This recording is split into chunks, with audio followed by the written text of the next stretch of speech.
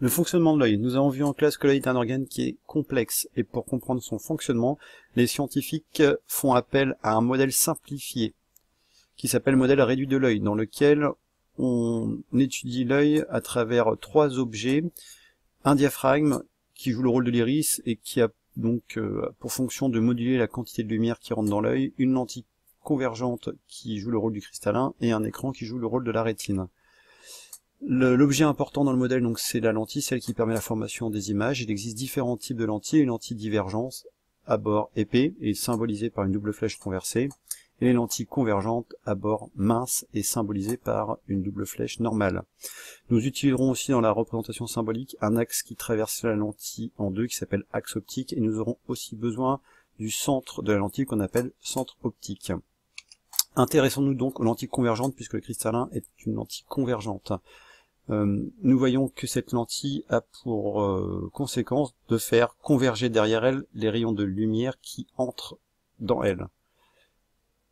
Et nous pouvons prédire l'endroit où va se former l'image, ainsi que la taille de l'image, parce que parmi tous les rayons qui ont dans la lentille, nous connaissons parfaitement le trajet de trois d'entre eux qui sont symbolisé ici. Tout d'abord, le rayon qui est parallèle à l'axe optique va ressortir en croisant l'axe optique en un point particulier qui s'appelle le foyer image, noté F'.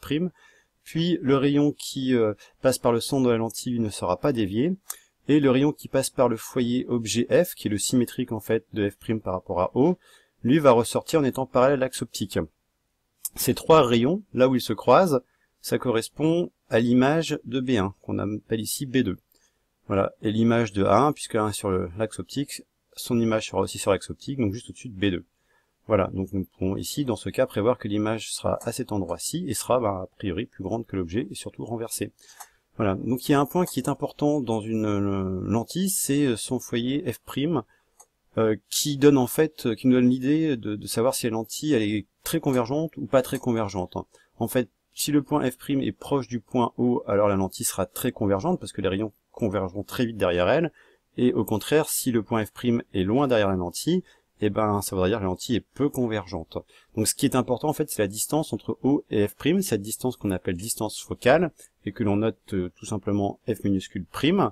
Cette distance, donc, elle s'exprime en millimètres ou en mètres, et donc nous donne une idée de la capacité de la lentille à faire converger la lumière. Alors les opticiens, eux, préfèrent utiliser l'inverse de la distance focale, donc 1 sur F', qu'on appelle la vergence. Cette vergence s'exprime en dioptrie, à condition que la distance focale soit exprimée en mètres dans la formule. Donc une lentille au final qui aura une forte vergence, ça veut dire une lentille qui sera très convergente, et une lentille qui aura une faible vergence, c'est une lentille qui sera faiblement convergente.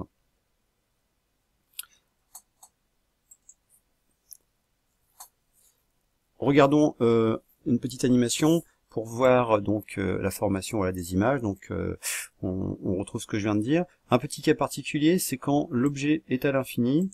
Voilà, quand l'objet, donc là c'est l'objet à distance finie, l'objet à l'infini. On voit qu'un objet qui est à l'infini, son image se forme ici au niveau du foyer image.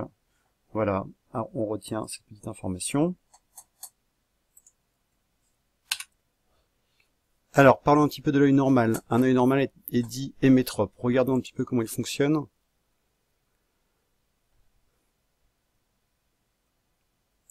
Voilà, pour un objet qui est à l'infini, son image se forme naturellement sur la rétine. Et puisque, comme on l'a dit tout à l'heure, pour une lentille convergente, l'image d'un objet à l'infini se forme au niveau du foyer image, on en déduit tout simplement que pour un œil normal, quand il observe un objet à l'infini, le foyer image de son cristallin se trouve sur la rétine, et c'est pour ça que les images se forment naturellement sur la rétine. Maintenant, quand l'objet est proche, on voit que l'objet se forme derrière la rétine. Donc l'œil, ce qu'il va faire, ça veut dire que l'œil n'est pas suffisamment convergent. Donc l'œil va finalement faire une action qui s'appelle accommoder, c'est-à-dire qu'il va courber son cristallin pour le rendre plus convergent, et faire en sorte que l'image vienne s'installer sur la rétine. Voilà, donc on retrouve les informations ici. Pour voir nettement les objets proches de l'œil, l'œil est obligé d'accommoder afin de ramener l'image sur la rétine. Ça veut dire qu'il bombe son cristallin pour le rendre plus convergent. regardons quelques défauts de la vision. Alors,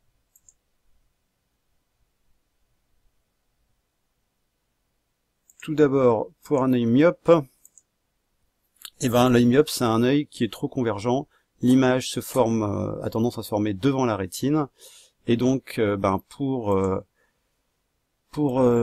corriger cette anomalie, on va utiliser des verres de vergence négative, c'est-à-dire des verres divergents.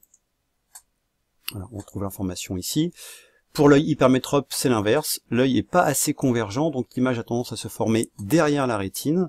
Et donc, on va utiliser pour corriger ce défaut des verres convergents, donc des verres à vergence positive. Et puis au final, l'œil presbyte, c'est un œil qui a un défaut d'accommodation qui est dû à l'âge. L'œil n'accommode plus suffisamment pour pouvoir voir les objets proches, donc on utilise des verres convergents.